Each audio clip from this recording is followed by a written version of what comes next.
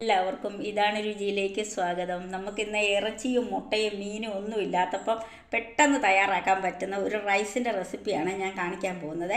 അതിനുവേണ്ടി ഒരു ചെറിയ ക്യാരറ്റ് അരിഞ്ഞത്, ഒരു ചെറിയ സബോള അരിഞ്ഞത്, ഒരു ചെറിയ തക്കാളി അരിഞ്ഞത്, കുറച്ച് മല്ലിയില അരിഞ്ഞത്, 2 പച്ചമുളക് നെടുകെ കീറിയതാണ്, പിന്നെ ഇഞ്ചിയും വെളുത്തുള്ളിയും ഒരു ശകലം, ഒരു 1/2 സ്പൂൺ ചതച്ചത് രണ്ടും കൂടെ. വേണ്ടി ഏതരി വേണേലും എടുക്കാവേ. ഞാനിവിടെ വസുമതി റൈസാണ് എടുത്തേക്കുന്നത്. അത് ഞാൻ 1.5 ഗ്ലാസ് വസുമതി റൈസാണ് എടുത്തേക്കുന്നത്. ഇത് കഴുകി നമുക്ക് ഒരു 15 മിനിറ്റ് കുതിരാൻ വെക്കാവേ. അരി കഴുകി കുതിരാൻ വെച്ചിട്ടുണ്ട്. ഇനി കുക്കറിൽ അതെല്ലാം വഴറ്റാവേ. വേണ്ടി നമ്മൾ സ്റ്റൗ കത്തിച്ച് കുക്കർ അടുപ്പിൽ വെച്ചിട്ടുണ്ട്. അതിലേക്ക് 1.5 ടേബിൾ സ്പൂണ് സൺഫ്ലവറിൻ്റെ ഓയിലാണ് ഞാൻ ഒഴിച്ചു കൊടുക്കുന്നത്. അതിലേക്ക് നമുക്ക് 2 കറുവ ഇട്ട് കൊടുക്കാം. പിന്നെ ഒരു തക്കോലം, 2 ഗ്രാമ്പൂ, 2 ഏലയ്ക്ക, 2-3 പെരിഞ്ജീരകം, ഇത്ര ഇട്ട് നമുക്കൊന്ന് വഴറ്റി കൊടുക്കാവേ.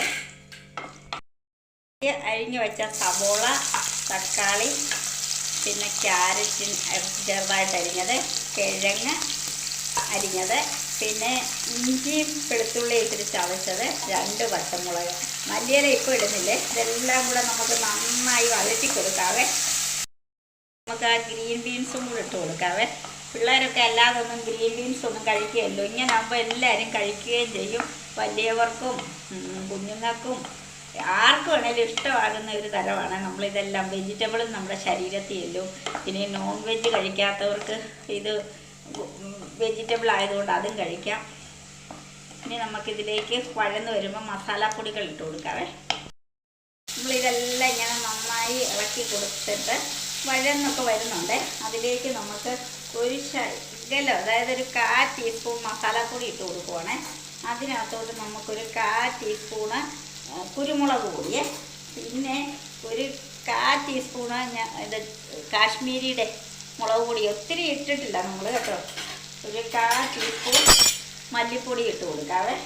പിന്നെ ഒരു ശകലം മഞ്ഞൾപ്പൊടിയും, ഇത്രയായിട്ട് നമുക്ക് നല്ലപോലെ ഇത് ഇളക്കിയിട്ട് ഇച്ചിരി ഉപ്പും ഇട്ട് കൊടുക്കാവേ.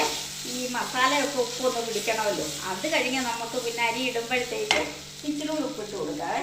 ഇത് പിടിക്കാൻ വേണ്ടി ഒരു ശകലം ഉപ്പും ഇട്ട് കൊടുത്ത് ഇനി നല്ല ഒന്ന് വഴന്ന് വന്നിട്ട് നമുക്ക് വെള്ളം ഒഴിച്ച് തിളച്ച് കഴിഞ്ഞേ അരി ഇടുന്നുള്ളേ.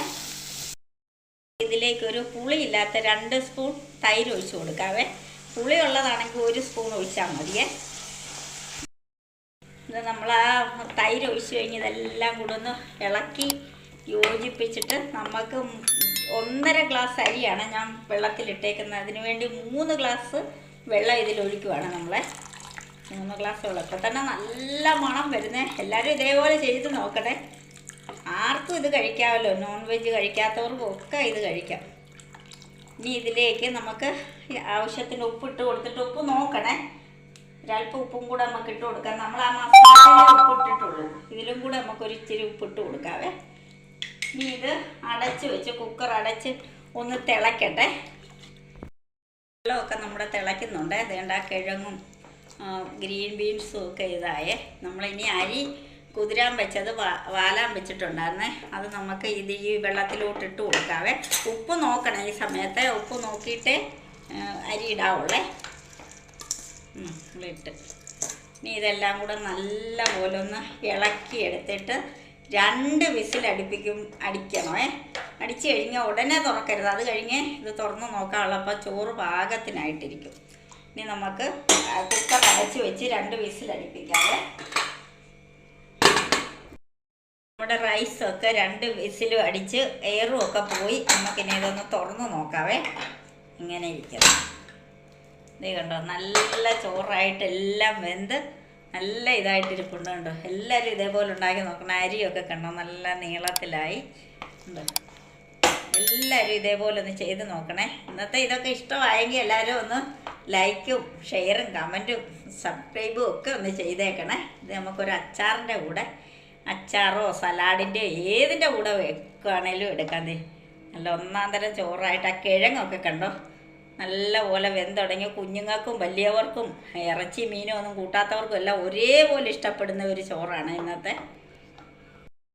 പുറത്തോട്ട് നമുക്കൊരല്പം മല്ലിയില ഇട്ട് കൊടുക്കാവേ. ഇഷ്ടമുള്ളവരിട്ടാൽ മതി, ഇല്ലാത്തവരിടണ്ടേ. ഒരു ശകലം ഞാൻ ഇട്ട് കൊടുത്ത് ഇനി അതിലേക്ക് നമുക്ക് ഒരല്പം നെയ്യ് ഒഴിച്ച് കൊടുക്കാവേ. കുഞ്ഞുങ്ങളും എല്ലാം കഴിക്കുന്നതാണല്ലോ, സ്കൂളിലൊക്കെ കൊടുത്ത് വിടാനും ഒക്കെ നല്ലതാണ്.